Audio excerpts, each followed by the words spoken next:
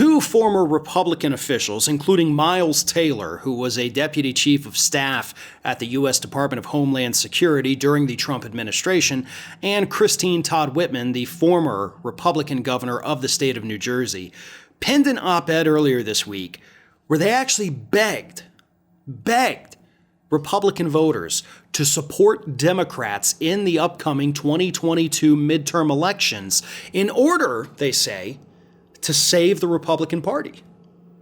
And by save the Republican Party, what they mean is save it from the crazies, save it from the pro-Trump people who want to destroy the party. Here's a quote. "Rational Republicans are losing the party civil war, and the only near-term way to battle pro-Trump extremists is for all of us to team up on key races and overarching political goals with our longtime political opponents, the Democrats. It's a strategy that has worked. Mr. Trump lost re-election in large part because Republicans nationwide defected, with 7% who voted for him in 2016 flipping to support Joe Biden, a margin big enough to have made some difference in key swing states." So these former Republican officials are out there begging their party, let's take it back from the crazies. They're already winning. But we can make them not win by not electing more of these crazy Trump people. Yes, the Democrats would take 2022, but if we can purge, I guess purge your Marjorie Taylor Greenes, purge your Lauren Boeberts, purge your Matt Gaetzes, maybe there could be hope for the party in 2024 and beyond. Here's where things get a little nutty. At the same time that these moderate Republicans are begging their party to vote for Democrats, do you know who's also begging Republicans to vote for Democrats? The pro-Trump people.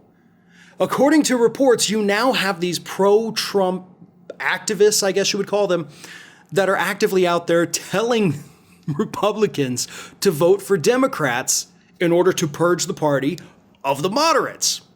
So you literally now have both factions of the Republican Party telling Republicans, go vote for Democrats. Okay, hey, that's great news for the Democratic Party, right? Y'all don't even have to do any campaigning because you've got both sides of the Republican Party out there telling people, hey, please vote for Democrats in 2022. Hell of a sales pitch, by the way. And to be honest, both sides of the Republican Party should have looked at one another before they came up with their vote for Democrat strategy, because now they all look pretty dumb. Here's the thing. One bad election isn't going to purge the Trump people. How do we know that? Well, because they just had one in 2020, and they're all whining that it was allegedly stolen. And you still had enough pro-Trump people win to inspire other pro-Trump MAGA idiots to run for election in 2022. The party's gone. Okay, I know these people like Miles Taylor and Christine Todd Whitman, they're holding on to that hope that, we can bring the party back from the brink. You can't, and you shouldn't. The party should be allowed to die. At this point, it's almost inhumane to let it continue limping along with all the diseases it is suffering from. And that's both literal and metaphorical at this point. Let it go. Start a new party if you want, but leave the Republican Party to die the death that it's been trying to succumb to for many years now.